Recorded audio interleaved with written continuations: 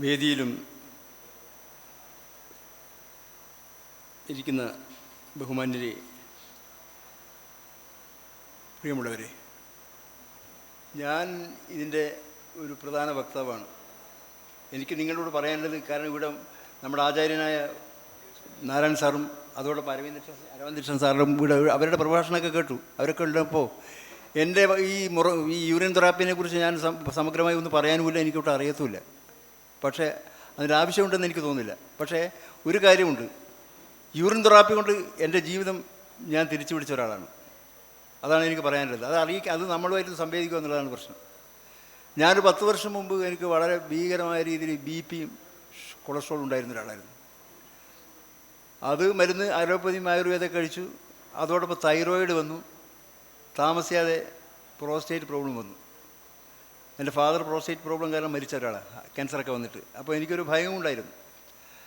അപ്പോൾ ഇതൊക്കെ വന്നപ്പോൾ ഞാൻ എന്ത് ചെയ്യണമെന്ന് ഒരു പിടിയും കിട്ടാൻ, നമ്മുടെ പ്രൊഫഷണായത് വളരെ അനങ്ങി അവിടെ ഇവിടെയൊക്കെ ഓടിച്ചാടി നടക്കുന്നൊരവസ്ഥ. അപ്പോൾ ഇതിൽ നിന്ന് രക്ഷപ്പെടാൻ എന്താണ് മാർഗം എന്നതിനെക്കുറിച്ച് ഞാൻ വളരെ വ്യാകുലപ്പെട്ട് നിൽക്കുന്ന സന്ദർഭത്തിൽ അതിന് വർഷങ്ങൾക്ക് മുമ്പ് നാരായണൻ സാറ് പറശ്ശിനിക്കടവിൽ വന്നിട്ടൊരു ക്ലാസ് ഞാൻ കേട്ടായിരുന്നു യൂറിൻ തെറാപ്പിയെക്കുറിച്ച്. അന്ന് വളരെ ഇൻട്രസ്റ്റിംഗ് ആയി എനിക്ക് തോന്നിയ ക്ലാസ്സായിരുന്നു. അന്ന് ഞാനതിൽ അത്ര മുഖവിലൊക്കെ എടുത്തില്ല, കാരണം ഇത് എത്രമാത്രം പ്രായോഗികമാണെന്ന് എനിക്കറിയില്ലായിരുന്നു.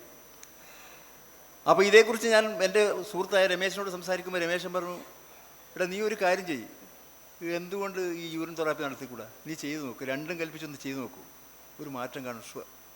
അപ്പോൾ അതിനു മുമ്പേ കിട്ടുന്ന കാശ് തികച്ചും വൈദ്യത്തിനാണ്. ആയുർവേദം, അലോപ്പതി, പിന്നെ ഒന്നും വേണ്ട എല്ലാ നാട്ടുവൈദ്യങ്ങളും എല്ലാം നോക്കി ഒരു രക്ഷയില്ല. അങ്ങനെ അവസാനം രണ്ടും കൽപ്പിച്ച് മൂത്രം കുടിക്കാൻ തുടങ്ങി. ഇത് കണ്ടപ്പോൾ എൻ്റെ വീട്ടുകാർ ചുറ്റും ആൾക്കാരെ കണ്ടല്ലോ. പിന്നെ അത് മാത്രമല്ല, മലബാറിൽ ഞാൻ ഇളയച്ചനാണ്, ഇളയച്ചനെ വിളിക്കുക ആപ്പാന്നാണ് വിളിക്കുക. എന്നെ ഇപ്പോൾ അവർ വിളിക്കുക മൂത്രാപ്പാന്നാണ് വിളിക്കുക. മനസ്സിലായില്ലേ? അപ്പോൾ ഇങ്ങനെ പുച്ഛമാണ്. ചെറിയ കുട്ടി കിടക്കും, ഉമ്മൻ ചോദിച്ചാൽ മോനെ ഒരു ഉമ്മൻ തരും, മൂത്രം മണക്കുന്നു. ഇതാണ് അവസ്ഥ. അപ്പോൾ ഇതിനെക്കുറിച്ചൊരു ധാരണ എല്ലാവർക്കും ഉണ്ട്. അപ്പോൾ ഇതിൽ നിന്നെല്ലാം വിട്ടുകൊണ്ടാണ് ഞാൻ ഈ സംഭവം തുടങ്ങി. ആദ്യം നോക്കുക എനിക്ക് യാതൊരു പ്രതിസന്ധിയായിരുന്നു ഇതെങ്ങനെയെന്നുള്ളത്. പക്ഷേ ഗ്രാജുവലി ഇത് ഓരോന്ന് കഴിയുമ്പോഴും ഞാൻ ഡോക്ടറെ സമീപിക്കും. ഡോക്ടറുടെ നിർദ്ദേശപ്രകാരം ഇത് എങ്ങനെ കുറയുന്നു, ഈ സംഭവം ഞാൻ പറഞ്ഞില്ല. അദ്ദേഹം ഡോസേജ് കുറക്കാൻ തുടങ്ങി. ഓരോന്നിൻ്റെയും കുറച്ച് കൊണ്ടുവന്നപ്പോൾ പിന്നെ ഈ പ്രോസ്റ്റേറ്റിൻ്റെ പ്രശ്നം, പ്രോസ്റ്റേറ്റ് ഒന്നും കാണുന്നില്ല. അയാൾ പറഞ്ഞു ഇതെന്താ സംഭവം? ഞാൻ പറഞ്ഞു ഒന്നുമില്ല പക്ഷേ. ഹോമിയോ ഡോക്ടറെ കാണിച്ചത്. അദ്ദേഹം പറഞ്ഞു ഞാനിങ്ങനൊരു സംഭവം ചെയ്യുന്നുണ്ട് മോഹൻ സാർ, ഞാനും ചെയ്യുന്നുണ്ട്. ഇതാണ് സ്ഥിതി. പലവരും ഇത് ചെയ്യുന്നത് വെളിയിൽ പറയില്ല എന്നുള്ളത്. ഇതൊരു അഭിമാന പ്രശ്നം. എന്തിനാ ഇത് എന്നുള്ള സംഭവം? ഇത് വളരെ വൃത്തിയായിട്ട്, അതായത് ഈ മൂത്രത്തിൻ്റെ പുസ്തകം കൊടുക്കുമ്പോൾ, യൂറിൻ തെറാപ്പിയുടെ പുസ്തകം കൊടുക്കുമ്പോൾ തന്നെ ഇങ്ങനെ പിടിക്കുക. ഇതൊരു അസഹ്യമായ വസ്തു പോലെ. ഈ സ്ഥിതി മാറ്റിയിട്ട് നമ്മൾ തന്നെ മാറ്റിയിട്ട് നമ്മൾ തുറന്ന് പറയാനും വളരെ സധൈര്യം എല്ലാവരോടും പറയാനൊരു മാനസികത നമ്മൾ ഉണ്ടാക്കിയെടുത്തേ പറ്റൂ. അതാണ് നമ്മൾ ആദ്യം ഒരു ബോധവൽക്കരണം ആവശ്യം. എന്നാൽ മാത്രമേ ഈ രാജ്യത്ത് നിന്ന് മഹാരോഗങ്ങളിൽ നമുക്കെല്ലാം രക്ഷപ്പെടാൻ പറ്റൂ. പാവപ്പെട്ടവരുടെ അവസ്ഥ എന്താ? കണ്ടമാനം കാശും ചെലവ് ചെയ്ത് ജീവിതമില്ലാത്തൊരവസ്ഥയിലേക്കുള്ളത്. എവിടുന്ന് പൈസ? അതുകൊണ്ട് നമ്മൾ ചെയ്യുന്നുണ്ട്. ഇത് നമ്മൾ വളരെ കൂടുതൽ, ഒന്നാമത് യൂറിൻ തെറാപ്പിയെക്കുറിച്ച് നല്ല രീതിയിൽ മാഷ് പറഞ്ഞായിരുന്നു. എൻ്റെ നാട്ടിലേക്ക് വെക്കണം എന്ന് പറഞ്ഞ പ്രകാശിനോട് ഞാൻ പറഞ്ഞായിരുന്നു ഒരു ക്ലാസ് വെക്കാൻ വേണ്ടിയിട്ട്. അപ്പം നമ്മൾ പരമാവധി ഓരോ ദിക്കിലും ഓരോ സ്ഥലങ്ങളിലും ഇത് പ്രൊമോട്ട് ചെയ്യണം മാക്സിമം.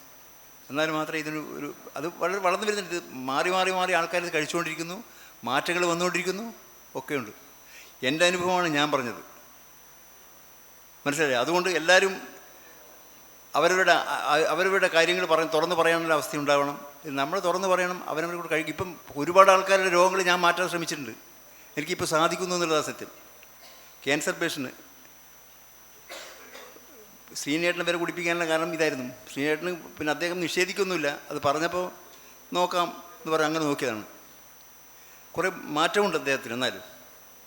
അപ്പം നമ്മൾ അറിഞ്ഞുകൊണ്ട് ചെയ്തേ പറ്റൂ. ഇങ്ങനെ നോക്കണം, രണ്ടും കൽപ്പിച്ച് ചെയ്യുക തന്നെ. അത് നമ്മുടെ ഒരു സേവനമാണ്. മനുഷ്യ സമൂഹത്തിന് നമുക്ക് ജീവിതത്തിൽ എന്തെങ്കിലും ചെയ്യാൻ പറ്റില്ലെങ്കിൽ ആ ജീവിതത്തിന് എന്തോന്ന് അർത്ഥം? അതുകൊണ്ട് എനിക്ക് ഈ അവസ്ഥയിൽ നിങ്ങളോട് പറയാനുള്ളത്, നമ്മൾ സധൈര്യം ഇതിന് മുന്നോട്ട് വന്ന് നമ്മൾ പ്രവർത്തിക്കാനുള്ള ശേഷി ഉണ്ടാവണം. നമുക്കിത് നല്ല രീതിയിൽ തന്നെ ഇത് വ്യാപിപ്പിക്കണം എന്നുള്ളത് മാത്രമാണ് എനിക്ക് അവസ്ഥയിൽ നിങ്ങളോട് പറയാനുള്ളത്. അതുകൊണ്ട് ഇങ്ങനൊരു അവസരം ഉണ്ടായി വന്ന യൂറിൻ തെറാപ്പി സംസ്ഥാന കമ്മിറ്റിയോടും ഞാൻ അകൈതമായി നന്ദി രേഖപ്പെടുത്തുകയാണ്.